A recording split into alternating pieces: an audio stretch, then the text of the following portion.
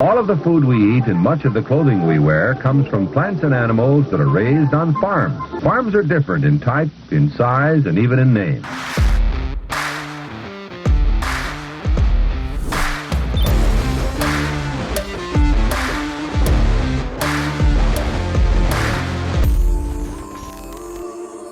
Welcome to Barn Talk. What happens at the barn stays in the barn, but not today. We're going to let it all out for you guys. Today is going to be a hybrid episode. So, you know, we're jonesing to get a guest on here. We got some potential guests lined up, but we couldn't get anybody to the barn this week. So we got a mix of questions that you guys have asked, and we got a mix of hot topics that we're going to talk about and just share our overall thoughts and get those questions answered. But before we do, you guys know the drill. If you get any value from the show, all that we ask is you share it out with the people that you know. The more that you guys do that, the more that the show can grow. It's kind of the ticket to admission to watch or listen to the show. And we found here at Barn Talk, the best way to grow a podcast is through word of mouth. And so it's through you guys, and we appreciate all you that do that.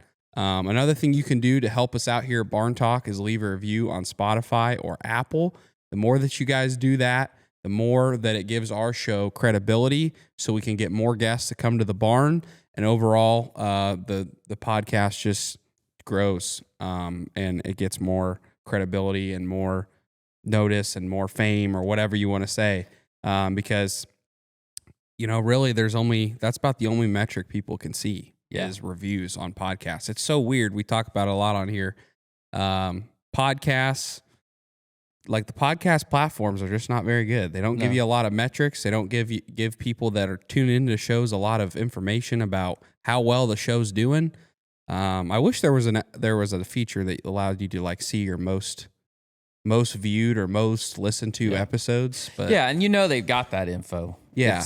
The one thing I will say that I enjoy, definitely leave those reviews, share it with people you know, but I have to wonder, like when we get an episode that does really well, like I think the highest rating episode we got was one that got up to like number 36 or 39 on Spotify, and I don't remember what it was on Apple. It was in the top 50. But, you know, there's a lot of people, there's a lot of shows out there, especially in the business. I don't even know how many shows are in that category, but it is a pile. And there's probably some people out there that actually spend a shitload of money producing these episodes. I mean, they're very high quality, and I just have to wonder. I don't know. I'll never know one way or another, but I get a lot of pleasure out of the thought that somewhere there's somebody that like produces this stuff, and they're just like, who are these idiots? Like, where is this? What's this about? Yeah. That's what I like about it. Yeah, it's a good thought. We're just two dirty old hog farmers figuring it out as we go here. So, so please leave those reviews. We love hearing from you guys as well and see what you're thinking of the show. Last thing you can do to help us out here at Barn Talk is support our direct-to-consumer meat business, Farmer Grade, farmergrade.com. We are going to get a total restock of the site. So all new pork products, all new Wagyu products that are going to get back on the site. We ran out for a while after Memorial Day, but we're going to have everything back online. So you can always use code BARNTALK to save 10% off your next order, and we really appreciate it. So what are the markets looking like, Pops? Well, kind of mediocre at best. Yesterday was actually a pretty good day in the corn market. I mean, exports are good, which they should be because the dollar's cheap. But corn for September, we're on September now, is the nearby month. 404, December 423. Best cash bid I've seen locals 393 or 405 if you want to go to Cedar Rapids. Corn was down a penny when I checked. Coca-Cola announced it's going back to using sugar.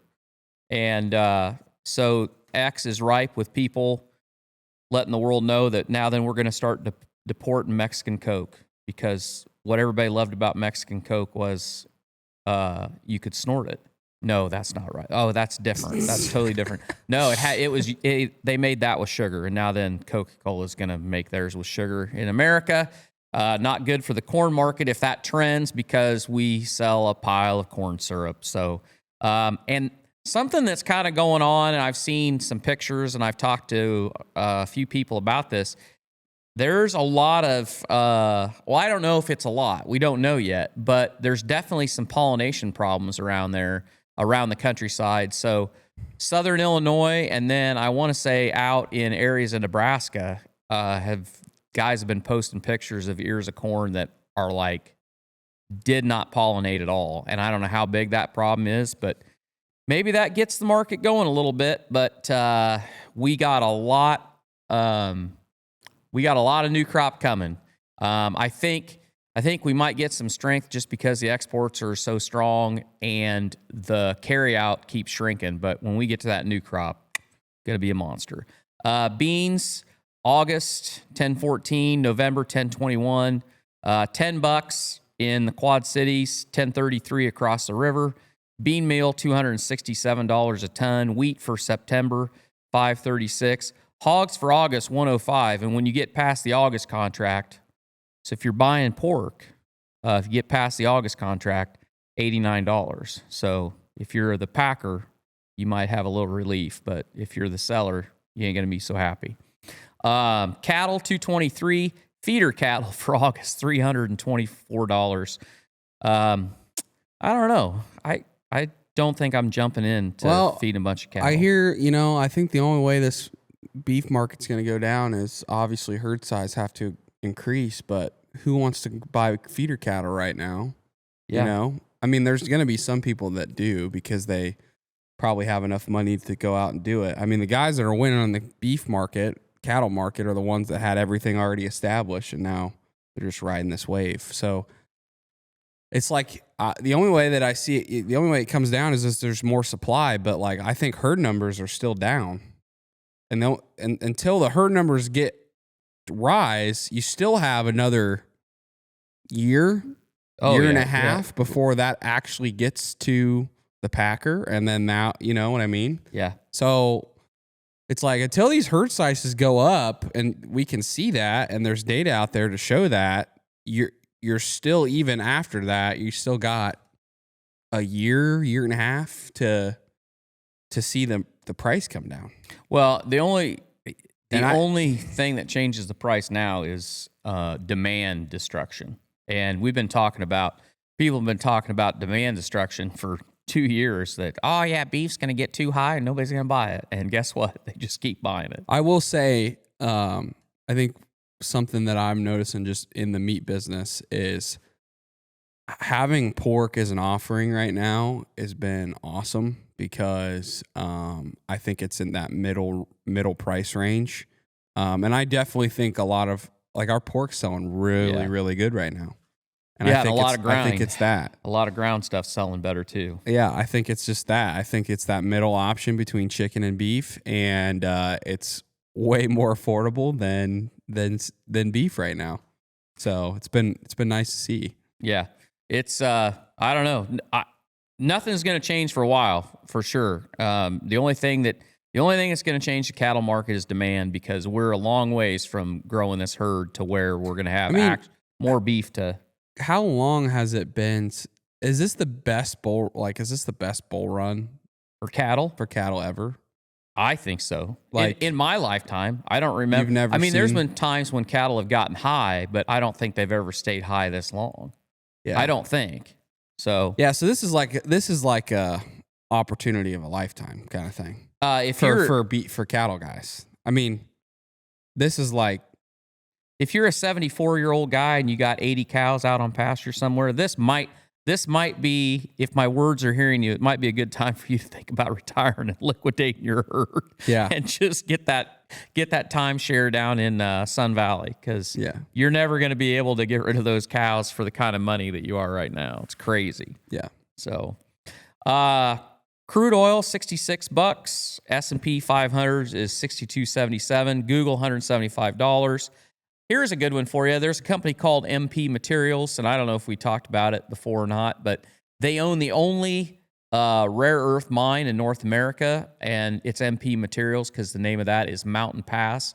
And it was a $10 stock a year ago, and we actually talked about it on the show when we were talking about the whole battery thing and how important rare earth minerals were to it. And, I bought 1 million shares of it, so I'm really happy. Nope, I didn't. I talked about buying some, and I might have even owned a little for a while on Cash App and then sold it. But the U.S. government decided that under the War Powers Act that they needed to make sure that we had a hedge against Chinese. So they put $400 million in it. And guess what? Today, MP Materials is $56.76. So if you were somebody that saw the vision and bought some of that, you're probably feeling pretty good. Mm-hmm. And if you didn't, you're like me and you're like, damn it. Bitcoin, 118,000. I think it got up to 122,000. It's catching its breath. I think we only go higher because, we're going to print more money. Tesla, $322. I'm not going to go off on a Tesla rant because that's coming a little later in the show, but cheap at twice the price. So gold, $3,314. Silver, $33. And I didn't get what the treasuries have done, but my guess is they haven't done a darn thing because interest rates don't seem to save much. Is there any meat news? I got a little bit of meat news. I thought there hasn't been a lot of great, interesting meat news recently. But you guys in the meat business are kind of quiet. You're low key. Yeah, I'll tell you what. I subscribe to some newsletters that is all meat, and that's where you really start to get the lowdown on the meat business because you're seeing people that get hired. You're seeing companies expanding their facility. It's like it gives you the really nitty gritty shit. But this one I thought was pretty interesting for the consumer. So 2025 4th of July cookout was the second highest total cost in like the last decade, or maybe even more of a longer period than that. But total cost for 10 people on average was $70.92, $7.09 each, down 30 cents from 2024's high, which 2024 was the highest. And that's the record. Why it's so high, obviously we all know this. Inflation, less food supplies, beef. So like it broke it down here. So what I do is I have Grok break down this article and simplify it for me. So beef was up 4%. Beans in a can up 20 cents because of metal tariffs. Potato salad up 7%. Because eggs are still costly. Pork chops are down 9%, actually. Chips were down 10 cents. Buns were down 3%. Big picture, though, food prices are up 2% overall. So that's kind of the breakdown on 4th of July. Nobody gives a fuck, though, because it's 4th of July and you're going to spend what you're going to spend because you got company coming. I don't have any idea, but just a guess, I think you spent more than $7. Oh, I definitely did. That's if you're gonna do the burgers and hot dogs, but when you're doing racks of ribs and pork belly and brisket and yeah, you're definitely gonna pay for that on that side. Yep, with charcoal and wood and the meat itself. So all of this market update and the meat news courtesy to you from our good friends at Conterra Ag. And as we're going to talk about later in this episode, if you don't know your cost of production, you should probably figure that out.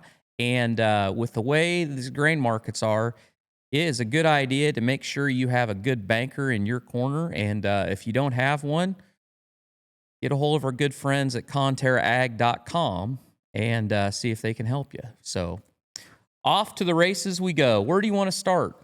Well, we say it every time, every episode, this, as the corn just keeps growing, it just keeps looking better and better. I mean, like we said in previous episodes, I haven't seen this caliber of weather in my life when it comes to growing a corn crop. I mean, this has just been absolutely stellar across the board of what you could want. If you're a farmer dreaming about weather helping you out, Mother Nature helping you out on growing your crop, there's not a lot to bitch about. She's really helping out a lot this year. So just keeps going, tasseling. I don't know. You think we'll be harvesting by late September? Yeah, I think we will be. I know we will be. There'll be guys that got corn to go that are gonna get in there and get it, try to deliver it. So lot of fungicide going on right now, and you can get around here. You can get the generic stuff for $24 an acre, and if you think you have tar spot, you better go check, because if you spray the cheap stuff, it doesn't do anything for tar spot. And if you get the El Primo 3 mode of action, I think that's an FMC product that our dealer uses. That's a $34. Is that right? Yep, 24 and 34. Pick your poison, and I don't know, but I would say this: You need it though. you need it. Yep, I should have my. You need every bushel you can get. I should have Jeff on. I should just have that. Should be one of the buttons. Just my chemical dealer just being like, yeah, you need it. I think you do need it though. I don't know, and somebody raked me over the coals in the comments, but if I was going to pick a year that I was going to do some kind of like, oh, I'm going to spray half my field, or I'm going to spray these strips and see what it does, I don't think this is the year to do it, because I've been out walking in my fields, and when you get up in the morning and it is like, I mean, you just walking, I get out and walk down the road, I mean, you just are like, it's like you're getting rained on just from the humidity. And out there in those fields, that if you got a lot of trash, which I have a lot of trash, I just am thinking, yeah, I wonder how much crap is growing in that. And I think it's definitely a year that you're probably going to want to spray fungicide.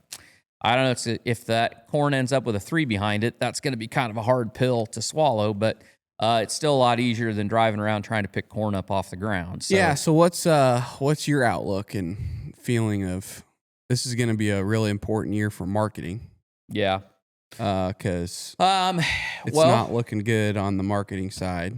And I feel like, I'm feeling optimistic that we're going to have more bushels than maybe, I don't know. I don't know what the yield will end up being, but right now I feel like this corn just looks phenomenal. And I have high expectations. I have, and we did corn on corn all this year. So I don't know. We don't have another bin, so we're probably gonna have to sell some. We got to move. We'll have to move about 30 or 35,000 bushels, like PDQ. We'll dry it, put it in the bin, and then we'll haul it somewhere. Either we'll sell it and buy it back, or we'll store it. I don't think I'm going to haul it down and store it. I think that because I'll be broke, so I'm sure I'm going to need some money. So I'll probably sell it, and then if there's an opportunity to re-own it somewhere down the road, maybe we do that.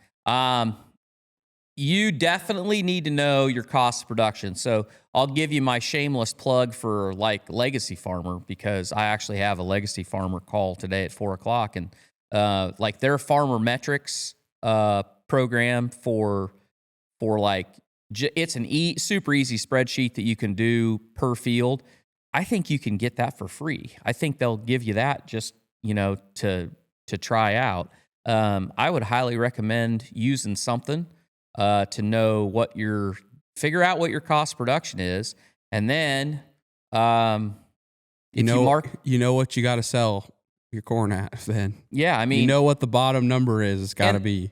And that's where we all get caught up, because you know what? We had an opportunity. It wasn't much of an opportunity, but you had a chance to get 30 cents better than what you're looking at now or so, which for a lot of people would get you a lot closer to that cost of production. Now, there's some guys out there,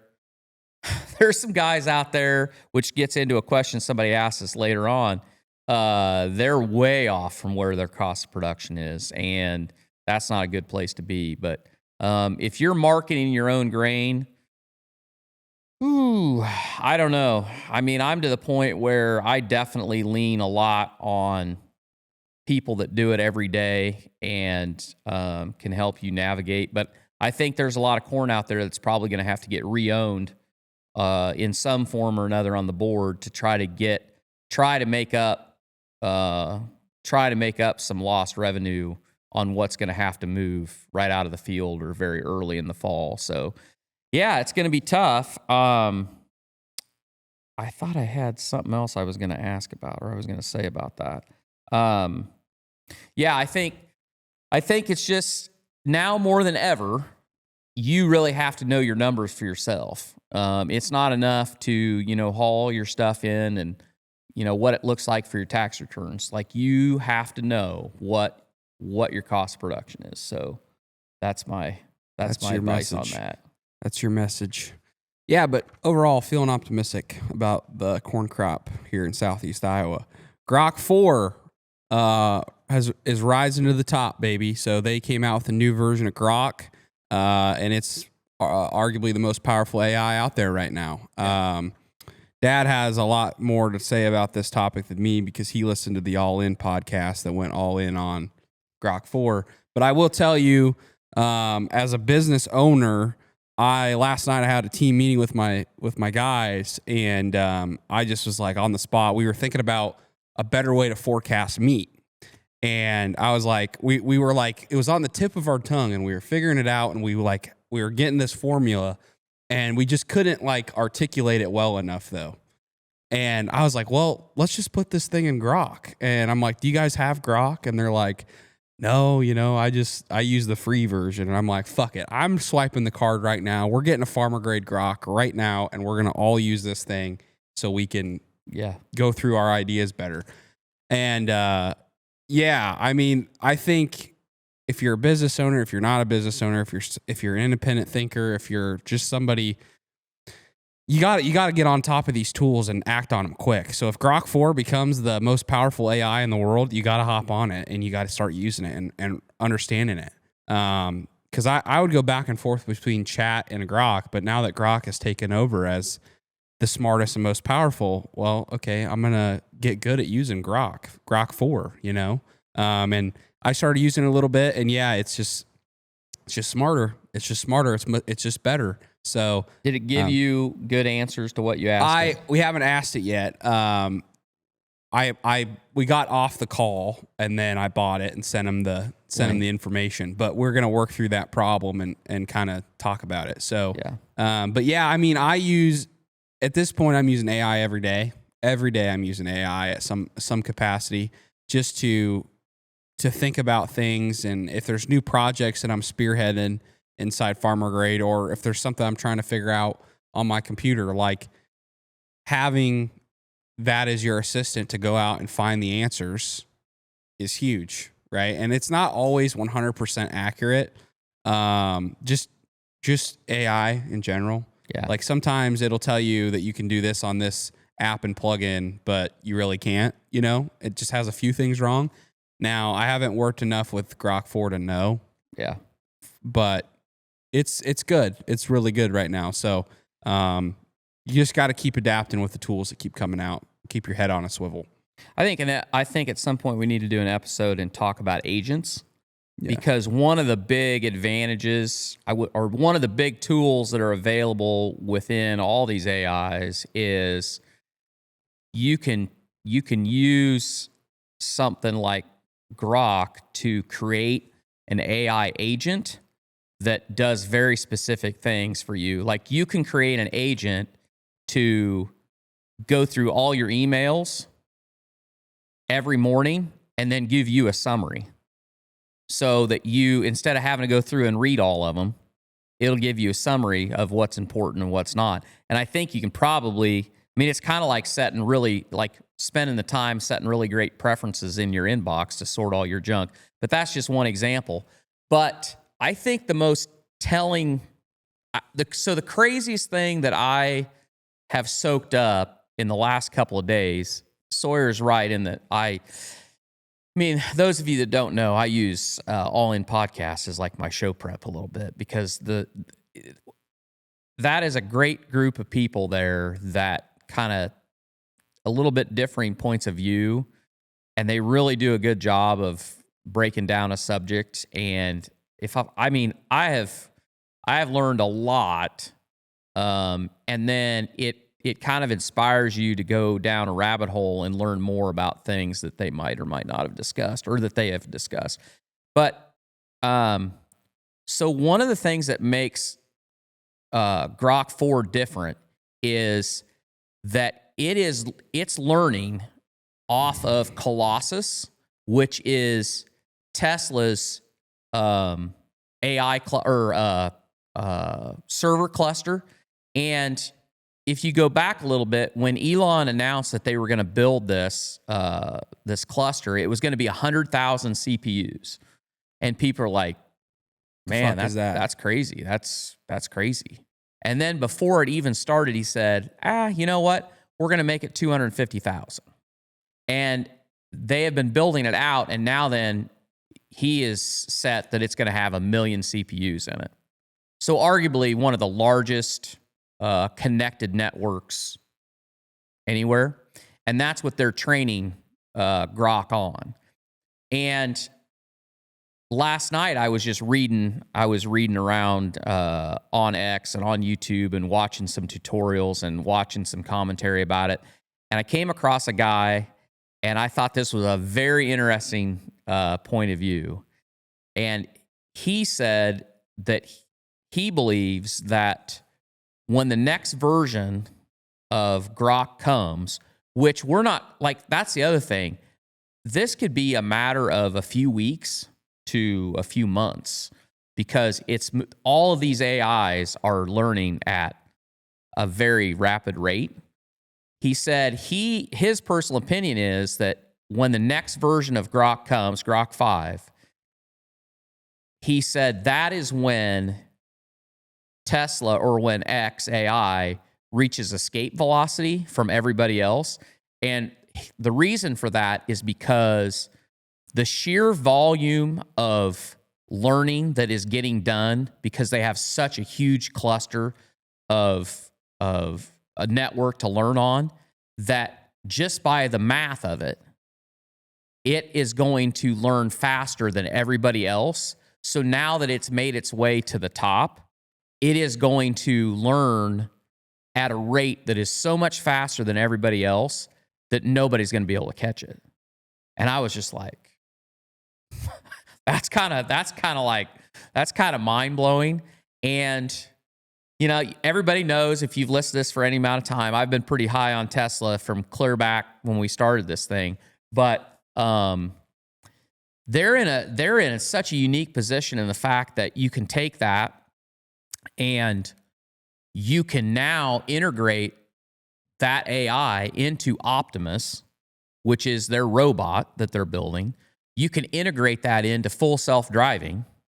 You can integrate that. I mean, you already have it integrated into X, their social media platform. And I think where you're going to come to is, I think the voice part of AI, the general intelligence part, is going to be powerful enough to where it is going to completely upend search. In other words, I think it already kind of is. I mean, you don't even, like, I use Grok or Chat to solve a problem. Yeah. I don't go to Google anymore. Right. And I think that's the key right there. Now, if I'm looking up a restaurant, I'm gonna search it on Google. Yeah. But if I'm looking to solve a problem, yep, I'm either going. What Google has for them that is still YouTube. So I would go. I would either go to YouTube, or I would go to Grok or ChatGPT.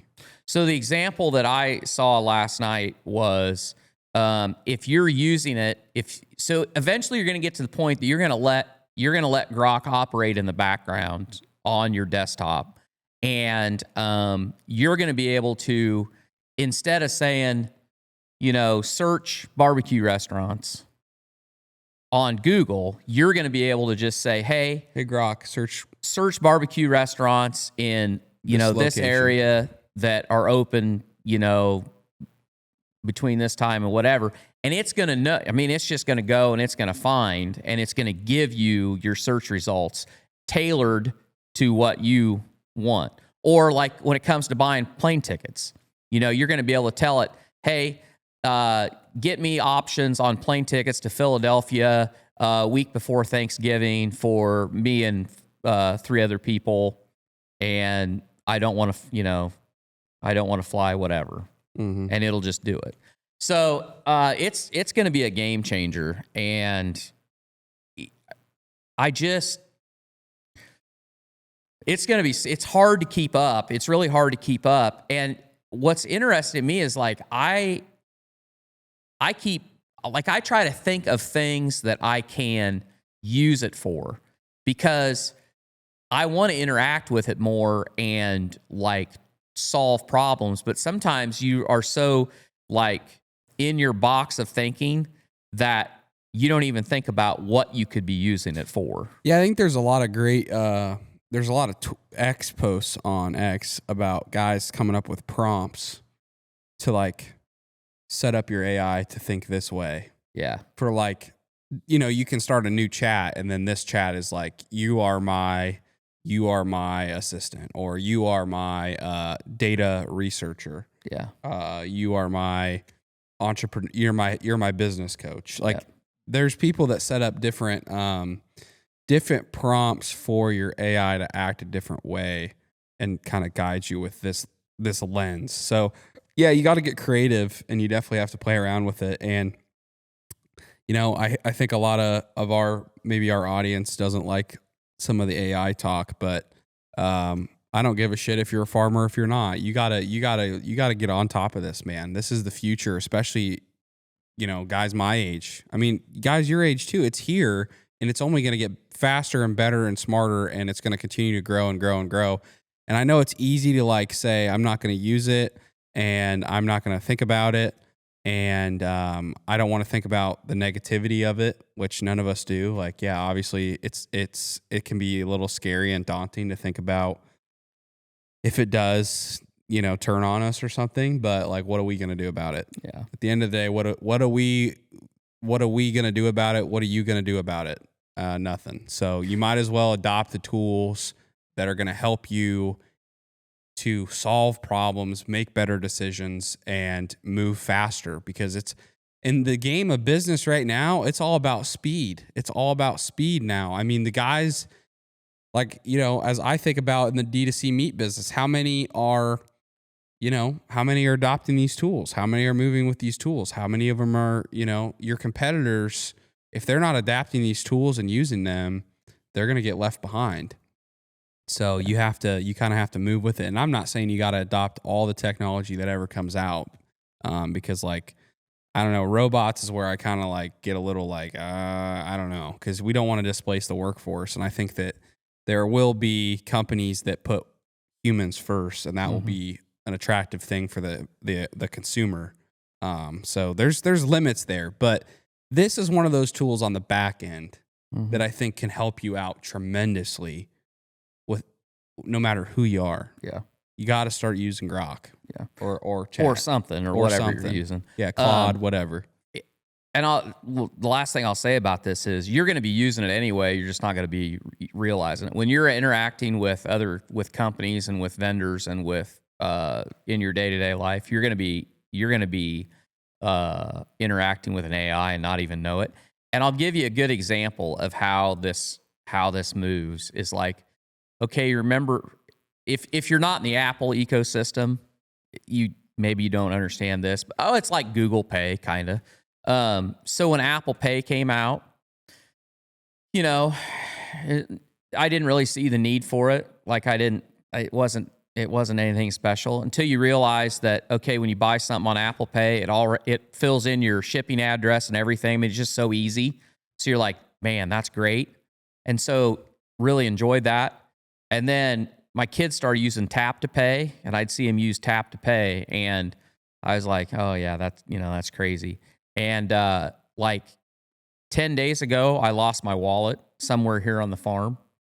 I've been using Tap to Pay for everything for the last 10 days.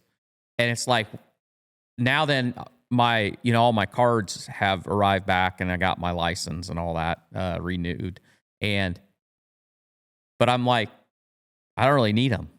Well, that's exactly where this is. There's going to be something that you're going to use an AI assistant for. You're going to use something like Grok, and it's going to change your mind. And then one day, 9 months from now, you're going to think about the way you used to do things, and you're going to be like, yeah, I couldn't go back to doing it that way. I mean, that's how it works. So anyway, we'll move on. I'll give you a quick announcement because I would be remiss if I didn't. I want to give a shout out to Ty Haywood. He's a young man from Albee, Iowa, and he has a steer. Actually, the Monroe County Fair, the steer show, I think is Saturday. I think it's actually next Saturday. But his steer was chosen to go to the state fair and show at the Governor's Charity Steer Show. And kid asked me to show it for him. So I'm going to the steer show. I'm very privileged. It should be a lot of fun, and it raises a lot of money for the Ronald McDonald houses around the state of Iowa. It's a worthwhile charity. And so if you're at the state fair, I think I've never done this. I don't know anything about it, but I'll be there. I'll be the guy that's just barely taller than the steer that he's showing. And they renamed the steer This'll Do after our farm. So that, anyway, shout out to Ty and his family, and I appreciate the heck out of it. And I'm going to try to do y'all proud and do a good job. And I'm probably a little rusty on my steer showing, but I think I can stand there. And I think this steer is not going to be like the ones that my friends showed when I was a kid that you had to keep firmly locked down all the time. I think this one's probably pretty well trained. It's probably like a pet at this point. Yeah, I'd say so. If it's at the steer show at the state fair, I'm sure it's practically it'll rub up on you probably. You think they did a little more than just drag it behind the hay rack? Yeah, probably so. They did a lot of walking with it. Probably I'm so. Sure. Anyway, I think that is the 9th of August is the Governor's Charity Steer Show. And there's 25 steers. They limit it to that every year. And I don't remember what number we are, but we'll be there on the 9th of August. House. Yep. So, show up. And I think there's a website for it too. When they get, I'll get that actually, and we'll try to put the link to that in the description if I can get it. So, anyway, I wanted to share that. What else is new? Well, Wade exciting? asked, so we're going to get in kind of the Q&A portion now. So Wade asked, and I appreciate you guys from last episode. A lot of you on Spotify put a shitload of questions down and on YouTube. So thank you for submitting your questions because that helps us out a lot. But Wade asked, how did you get through the 80s? How did this farm get through the 80s? And can it happen again? We didn't buy anything for a decade. So my brother graduated in, I want to say he graduated in 81. Is that right? Yeah, I think so. 81. So, I mean, my parents were right in the midst of it and raising 3 boys. And I don't remember the early 80s. I don't really remember anything I don't remember my parents being stressed out about money. But you know what? Here's the thing. If they were, we wouldn't have known it. And we didn't. We had a swimming pool that my parents built in the late 70s. And we didn't go anywhere because we had hogs. So we were fair to finish. And, you know, it was like every year when you went back to school in the fall and, you know, they had, what'd you do on summer vacation this year? And I never had anything to write because we never went anywhere. But we didn't know any better, so it was no big deal. And we had an Oldsmobile Delta 88. And when the rear fenders of that rusted through, we took it to Purdock's and we bought another Delta 88. I think we had 2 cars in that decade. And my dad had a 73 3/4 ton Chevy pickup that was mostly rust colored. And that was the only truck he had almost the entire time. I just think we didn't really spend any money. But the other part of that is, until like 83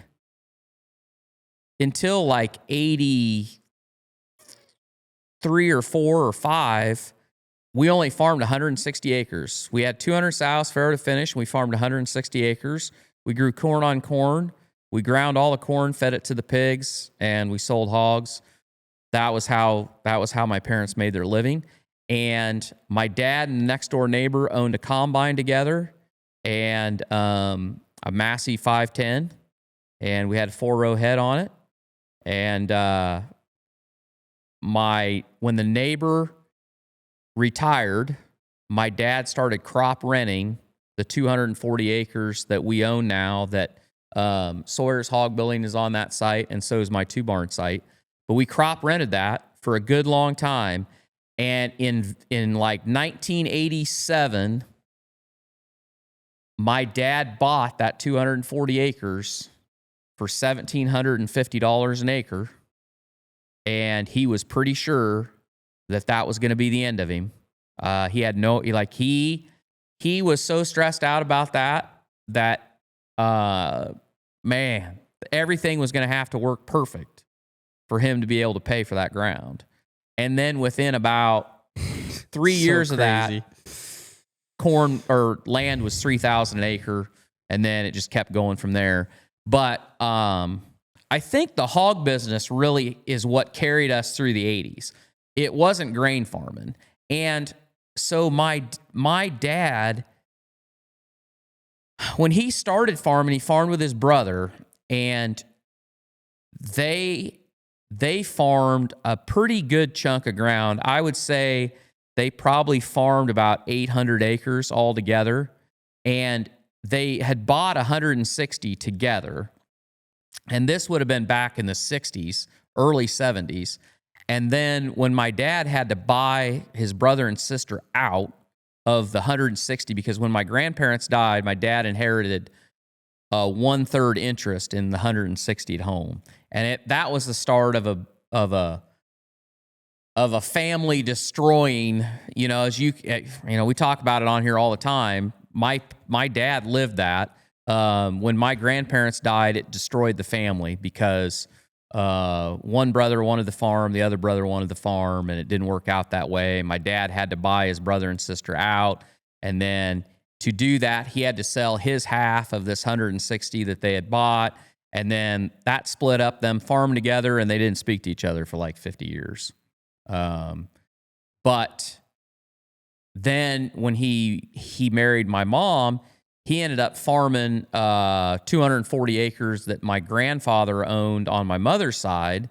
But then I don't know what happened there, but at some point he decided it wasn't worth doing. Maybe they couldn't get along.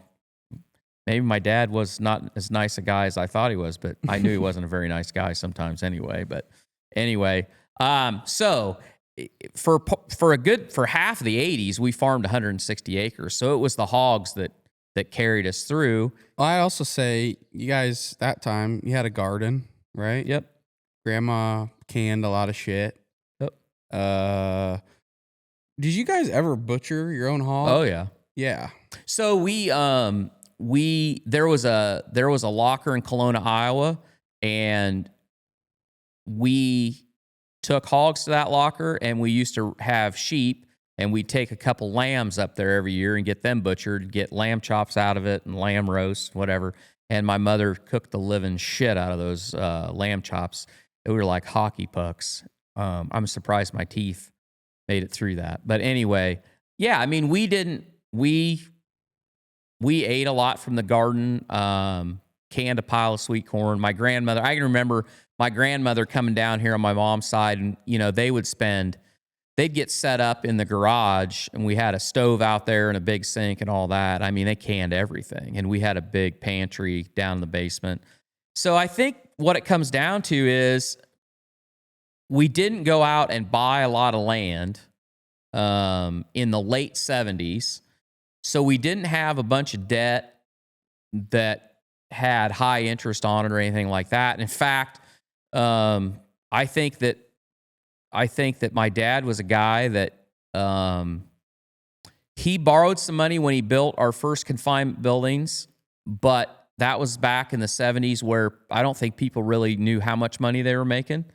And he put those on a 7-year note, and he paid them off in like 3.5 years. And then after that, he pretty much operated on cash, and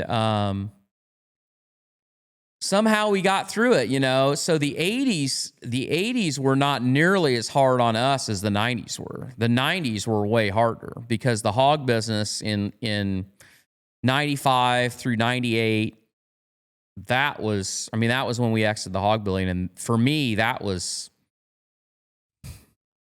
way more stressful.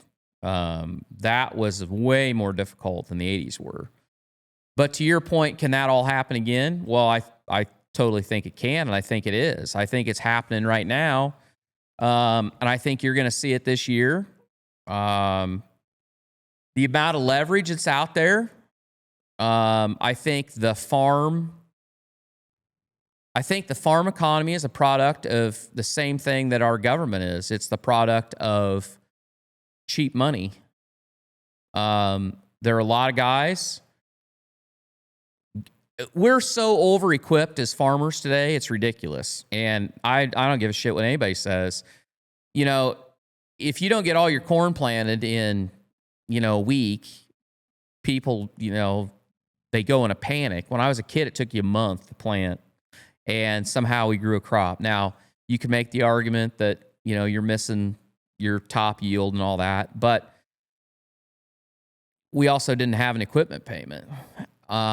Today, every farmer out there doing it for the most part is probably over-equipped.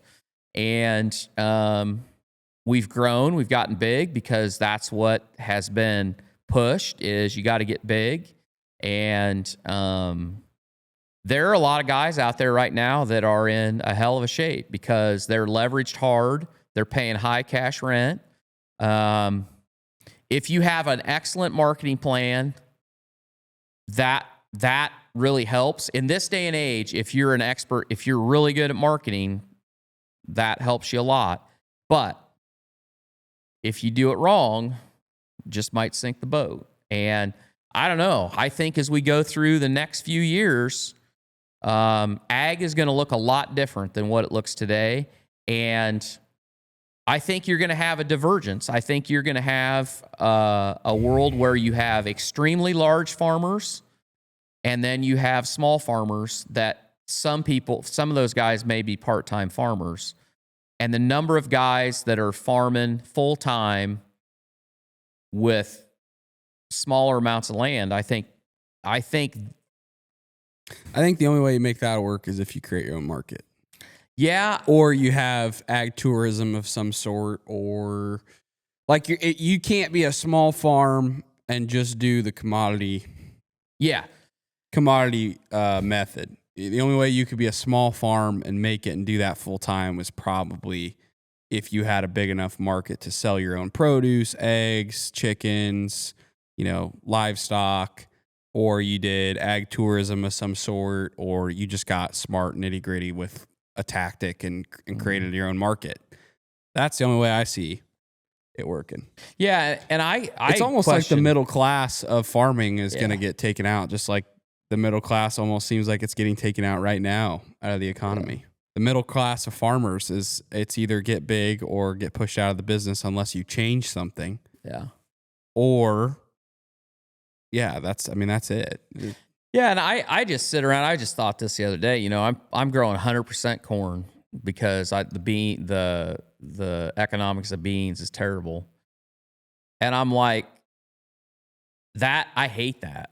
I absolutely hate that because I think that's one of the problems we've got is we've become so beholden to the corn soybean rotation. We had a guy that messaged us off that last podcast, and it really wasn't a question, but he was from Georgia, I think, and he said down there the only two things anybody grows today is corn or peanuts because you can't make the economics of cotton is completely shot, so nobody grows cotton anymore, and it's corn or peanuts. And they never used to grow corn, very much, and it's driven to that. Well, now, and it's like the Dakotas. You know, used to not be any corn or soybeans grown in the Dakotas. It was wheat.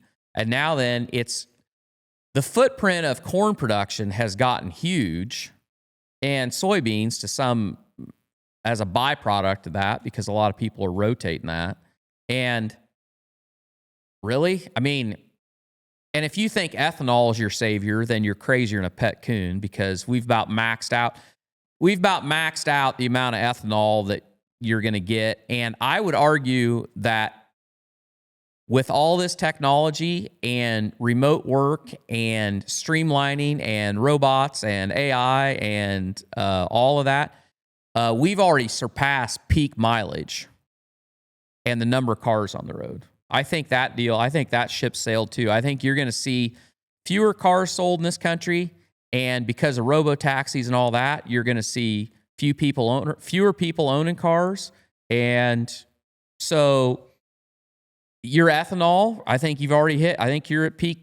I mean, well, and the population ain't growing. No, it's not growing. Well, I don't know. In the world scale, it could be growing, but I mean, I guess when you break it down per country, like Europe's in trouble, China's in trouble, Mexico and India, they're in a good spot. South America, Mexico, India, those populations are going to grow. Europe, Russia, United States, China, Japan. We're not having enough babies. Yeah. The only thing saving us is immigration. Yeah. That's the only thing that's saving us. Legal immigration. Thank you for the haters that are going to come at me. But yeah, I mean, I think you're right. I mean, I think that's probably a good prediction. Yeah. I mean, I don't know what the world's going to look like when I'm your age, but I know it's going to be more advanced, more tech. There's going to be more technology, and I think everybody values their time more than anything, and everybody wants the quick, fastest thing possible. And so that might not be owning your own car. That might not be. There could be a service out there that you mean, you might not even leave your house as much as you used to, because you just get everything. Yeah. I mean, it's crazy, but yeah, I put out a thought out there on my personal TikTok not too long ago, and it was just talking about the point that we always say of passing on family operations. Why are we still passing on family operations the same way? You're pushing the guy that actually wants to farm the family's acres out by splitting it up and giving it to every single kid or every single sibling. And there's not enough money in farming left, to break up all your ground, all your assets that make your farm money, to all your kids. And that's just another area of like, it's getting too hard. And I think these next 5 years of farming, we're in 25. I mean, they might be some dark times for folks, but I feel like that's why you're seeing people they're innovating. I think people are innovating more than ever before in agriculture because they know that they have to. And that's what we all gonna have to have our mindset on is you got to think differently. You got to do something differently if you want to stay in this game and carry on the operation. That's the only way you're going to keep things going. And on what you said, there was a guy that commented on that on LinkedIn. I had to look up his name. His name is Dave Speck, and he had a great comment on that. He said in most family farm operations, if you ask all the kids, do you want to be involved in the farming operation? Every single kid's like, yeah. And then he says the second question needs to be, are you willing to sign personal guarantees to guarantee the debt of the farm? No. And then nobody answers. Yeah. So that's the problem is all these kids, they want the asset because that asset is worth so much money, but are you willing to put your ass on the line? No. No. And that should be your answer right there when you're figuring out what you're going to do. It's like that's where the rubber meets the road. Mm-hmm. So, yeah, sadly, what's happening is a lot of the kids are getting ground and selling it. Yeah, and then the one that actually wants to farm isn't able to buy their siblings out, and they're not able to buy the ground back, and that's just fucked up to me. And like I said on that video that I put out there, I don't understand why we're not. With the times that we're in agriculture, why are we not running our farms, are family farms like businesses in the fact that I feel like we're one of the few industries that everything is separate. Families don't truly actually work together enough. It's all about me, my stuff, your stuff, my stuff, your stuff. Here's the agreement. But it's too hard.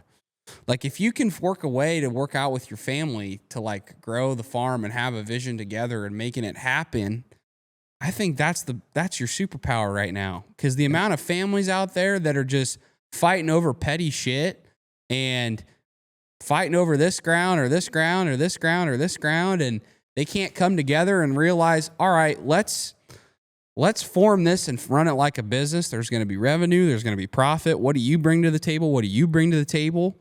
What value is everybody bringing to the table? Okay. What are we going to do with the profit? Where do we want to grow the farm? All those things. Run it like a business.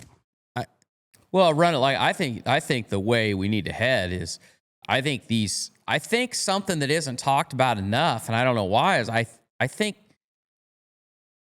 you need to run these operations like a family office. And by that I mean like the farmland is a huge avenue of collateral to help you in businesses outside ag that complement the farm and bring more value that can help everybody prosper and everybody has a job within that family office. So it's like, if you can just all get along and, somebody has a trucking business, somebody has a plumbing business, somebody has, I don't care. Somebody's into real estate. Somebody's into car washes. Somebody's into whatever. Well, my thing too is, even if you're somebody that works a job and it's a really good job, you still can find a way to contribute to the farm. I mean, you could come back and, hey, we need this much money to go get this piece of dirt. All right, I got the money here. Let's do it. At the end of the day, to me, you shouldn't have a seat at the table or feel like you're entitled to inherit your farm ground if you're not providing any value to the family and the family's operation. Yeah. And that's like, I was amazed at all the comments I got. I mean, there's a lot of people that agreed with me with that statement on that TikTok, but there was a lot of people that were like, well, I was there when I was, I was there as a kid. I helped out when I was a kid. So, but I left. So what? Now I don't get a seat at the table? Fuck no, you don't. You left. Yeah. You go into a business, you leave a business, and you get out. You're not going to get paid after you leave. Yeah. You weren't with us the whole way. Yeah.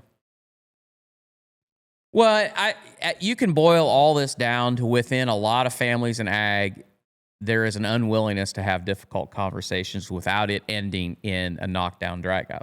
I mean, that's what ruined this family farm. My dad and his brother, his sister wasn't involved. I mean, she wasn't involved in the farm, but it ruined the relationship between the three of them.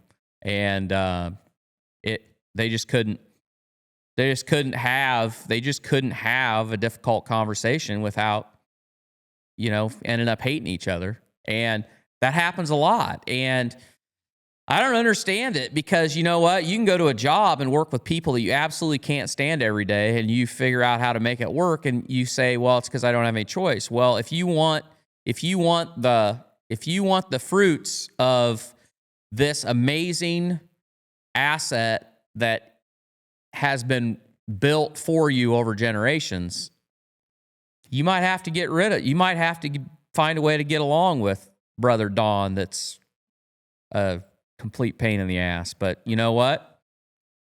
He shows up every day and does whatever, and his ass is on the line. Well, you're gonna have to work with him. It's just like any other business. Mm-hmm. So anyway, I don't know where I was going with that. I don't either, but yeah, it's just it's a crazy state of where we're at today's ag world. It is, but there's a lot to be optimistic about too. There is. If you're willing, I hate to be doom and gloom. If you are willing to think a little, and you know what, that's part of what AI brings, is the opportunity for you to like just spitball and just think outside the box and try to find solutions and different things that you can do to create value that will help carry whatever your family's into, whatever business you're into, there's opportunities out there.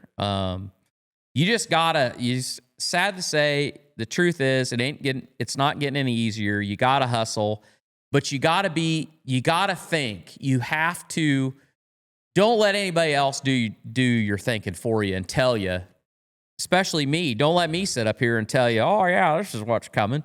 No, you might think I'm full of shit. And that's great if you do. Go figure it out for yourself. Go find out. Find your own truth as far as, dig and weigh it out and know for yourself. So, I don't know. Maybe we should call it. I think so. I mean, I think that was a good hoorah at the end there. It was. Yeah. No, I think that was a good episode. I think we got some questions answered. We talked about some trending topics. We strapped some shit on some people. Yep. Everybody, a lot going on. I'm sure a lot of people out there listening. If you're an ag country, county fairs going on. Our county fair is just wrapping up here. 2 days? There's 2 more nights of it. I think it was a big success. I love fairs. I love county fairs. That is pure Americana. State fair getting started here in the state of Iowa, the greatest fair in the United States of America. That's starting in early August. I'm leaving this weekend, going to Kentucky. Might go take a couple of distillery tours and eat a lot with some high school friends of mine that we haven't done anything with in a long time. And I'm leaving Sawyer here. But all my hog buildings are basically empty, so I don't feel too guilty. It'll be easy peasy for me. I just have to make sure nobody died overnight. Yep. But that's all right. That's all that I can stay plenty busy. I'll hold it down. Mow. When you haven't got anything better to do and you get 6 inches of rain and you're only at the 15th August or whatever, always mow. Yep, there's always stuff to mow. There's no doubt about it. Mow, spray weeds, weed whack. Yeah. All right. Well, we're going to wrap it up, guys. Thank you so much for tuning in today's video. Thank you so much for tuning in today's podcast. If you got any value, share the show, leave a review on Spotify or Apple, and support Farmer Grade. Use code BarnTalk, save 10%. We'll see you back here next week for another episode.